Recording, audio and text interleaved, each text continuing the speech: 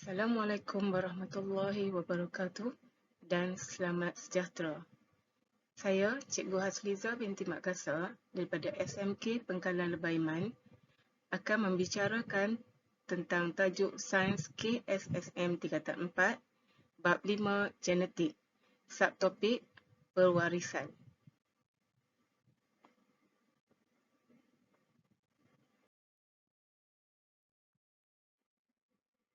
Pewarisan dalam manusia. Setiap anak mewarisi sifat-sifat tertentu daripada ibu bapanya. Pewarisan merupakan pemindahan ciri daripada ibu bapa kepada anak-anaknya. Ciri merujuk kepada sifat ketara yang diwarisi dan ditentukan oleh gen atau kumpulan gen. Contoh ciri, jenis rambut dan kumpulan darah.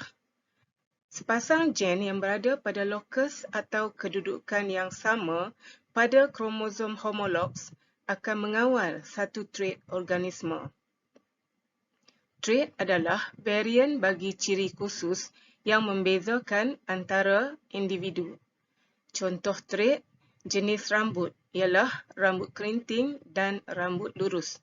Contoh trait kumpulan darah ialah kumpulan darah jenis A, B, AB dan O. Ciri dan trait pada manusia. Bagi ciri jenis rambut, trait adalah kerinting dan lurus.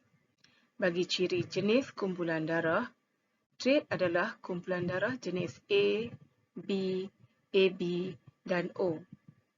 Bagi ciri warna mata, trait adalah hitam dan biru.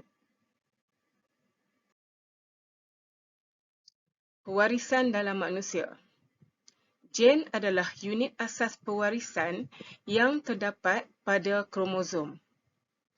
Gen mengawal ciri tertentu pada suatu organisme.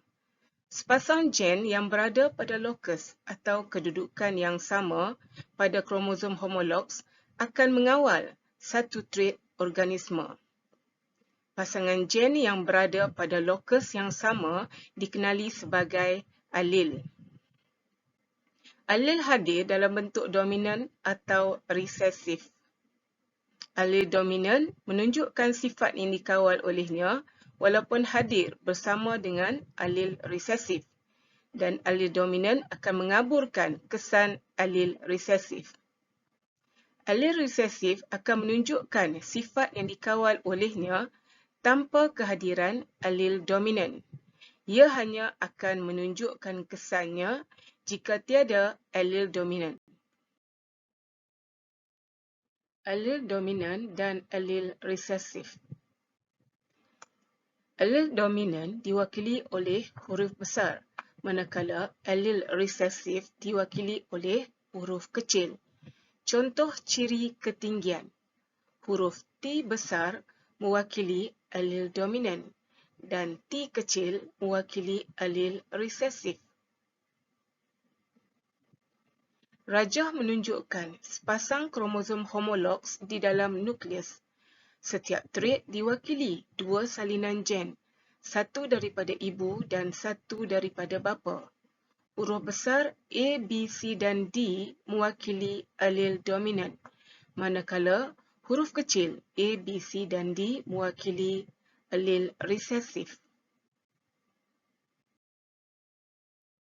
Trait dominan dan trait resesif pada manusia. Contoh bagi ciri kebolehan menggulung lidah. Trait dominan adalah boleh menggulung lidah, manakala trait resesif tidak boleh menggulung lidah. Bagi trait warna rambut hitam adalah trait dominan berbanding warna rambut perang adalah trait resesif. Bagi warna mata hitam adalah trait dominan, manakala warna mata biru adalah trait resesif. Mekanisme pewarisan. Gregor Mendel dikatakan orang pertama yang menemui mekanisme pewarisan secara teratur dan terperinci. Beliau mengkaji pokok kacang pi berbaka tulen dalam eksperimen berkaitan kacukan monohibrid. Kacukan monohibrid merupakan kajian tentang satu ciri pada satu masa. Mono maknanya satu. Jadi, satu ciri pada satu masa. Contoh, ciri ketinggian.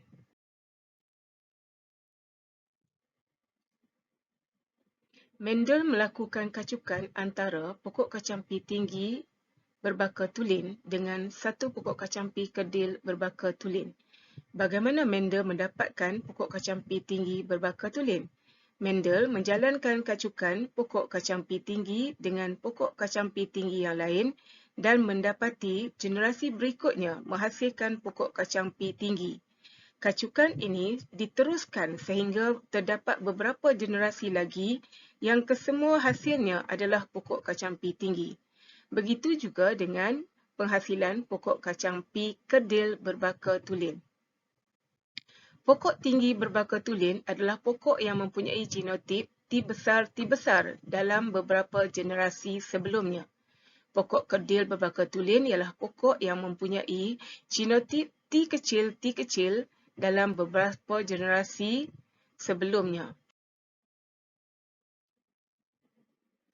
Generasi pertama hasil daripada kacukan induk tadi disebut sebagai generasi filial pertama, F1. Apabila generasi daripada F1 ini dikacukkan sesama sendiri, generasi filial kedua, F2, terbentuk. Genotip ialah maklumat genetik dalam sesuatu organisme. Contohnya, T besar, T kecil atau T kecil. Homozigot merujuk kepada individu yang mempunyai pasangan gen yang sama. Contohnya, T besar dan T kecil. T besar dikatakan homozigot dominan dan T kecil dikatakan homozigot resesif. Heterozigot merujuk kepada individu yang mempunyai pasangan gen berlainan, iaitu T besar, T kecil. Fenotip merujuk kepada ciri fizikal yang dipamerkan pada suatu organisme. Contohnya, tinggi dan kerdil bagi ciri ketinggian. Sekarang, mari kita lihat rajah skema kacukan monohibrid bagi ciri ketinggian. Fenotip induk, pokok kacampi tinggi berbaka tulen dikacukkan dengan pokok kacampi kerdil berbaka tulen. Genotip induk bagi pokok kacampi tinggi baka tulen adalah T besar dan genotip induk bagi pokok kacampi kerdil berbaka tulen adalah T kecil. Semasa proses meiosis, gamet akan dihasilkan. Bagi pokok kacampi tinggi berbaka tulen akan menghasilkan gamet T besar dan pokok kacampi kerdil berbaka tulen akan menghasilkan gamet T kecil. Caranya ialah turunkan sahaja T besar, tarik ke bawah untuk membentuk gamet yang pertama dan T besar yang kedua tarik ke bawah untuk membentuk gamet yang kedua. Begitulah seterusnya untuk pokok kacampi kerdil berbaka tulen. Bagi memudahkan pemahaman bagaimana kacukan ini berlaku, saya labelkan T yang pertama sebagai T1 dan T yang kedua sebagai T2. T kecil yang ketiga saya tandakan sebagai T3 dan T kecil yang keempat saya tandakan sebagai T4. Persenyawaan yang mungkin berlaku adalah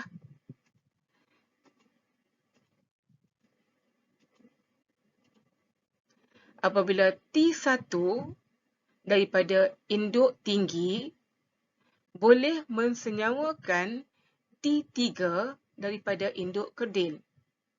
1 dan 3. Ini akan membentuk genotip F1 T besar, T kecil. T1 yang pertama juga boleh mensenyawakan gamet T kecil yang kedua ataupun T4. Ini juga akan membentuk T huruf besar dan T huruf kecil.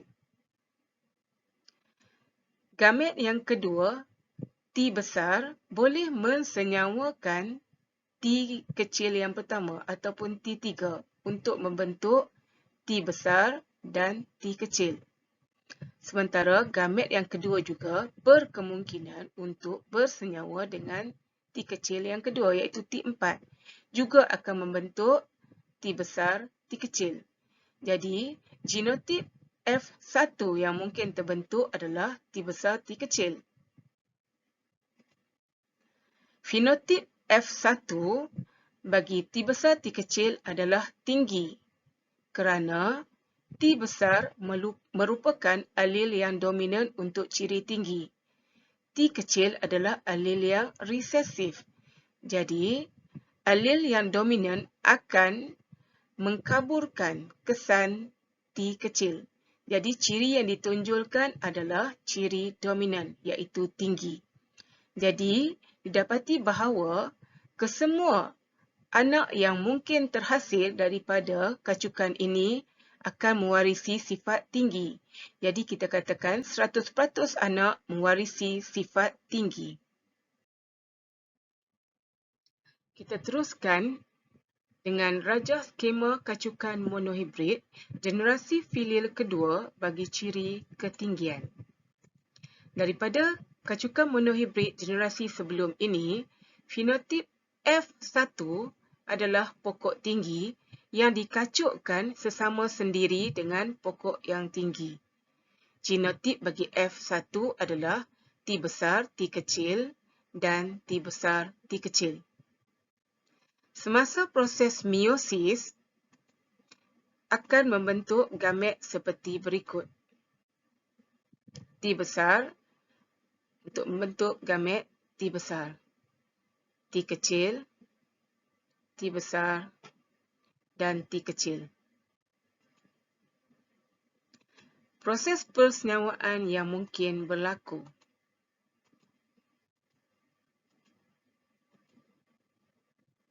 Apabila gamet yang pertama saya tandakan sebagai gamet 1, boleh mensenyawakan gamet yang ketiga. Untuk membentuk T besar, T besar. Gamet yang pertama juga boleh mensenyawakan gamet yang keempat untuk membentuk T besar, T kecil. Gamet yang kedua boleh mensenyawakan gamet yang ketiga untuk membentuk T kecil, T besar. Tetapi kebiasaan cara penulisannya adalah alel yang dominan diletakkan di hadapan sementara alel yang resesif diletakkan di bahagian belakang. Jadi, kita akan tuliskan sebagai T besar, T kecil. Gamet yang kedua juga berkemungkinan untuk bersenyawa dengan gamet yang keempat untuk membentuk T kecil, T kecil. Apa pula fenotip bagi generasi F2? Bagi kacukan yang pertama, T besar, ciri yang ditonjolkan adalah tinggi. T besar, T kecil, ciri yang ditunjulkan adalah tinggi. Ini adalah kerana T besar adalah alel yang dominan berbanding T kecil alel yang resesif. Jadi alel yang dominan akan menonjolkan ciri yang dikawalnya iaitu tinggi dan akan mengaburkan ciri yang dikawal oleh T kecil iaitu kerdil. Dan seterusnya T kecil dan T kecil akan menonjolkan ciri yang dikawalnya iaitu kerdil. Ini adalah kerana tidak ada kehadiran alel yang dominan dalam pasangan gen ini. Nisbah tinggi kepada kerdil bagi kacukan generasi kedua ada 3 pokok yang kemungkinan tinggi berbanding dengan 1 pokok yang kemungkinan kerdil. Jadi, nisbah bagi tinggi kepada kerdil bagi kacukan monohibrid generasi filial kedua ini adalah 3:1. Rumusan daripada pembelajaran dan pengajaran pada hari ini, Pewarisan merupakan pemindahan ciri daripada ibu bapa kepada anak-anaknya. Pewarisan ciri dalam organisme dapat ditunjukkan melalui gambar rajah skema pewarisan. Sekian, terima kasih. Selamat belajar.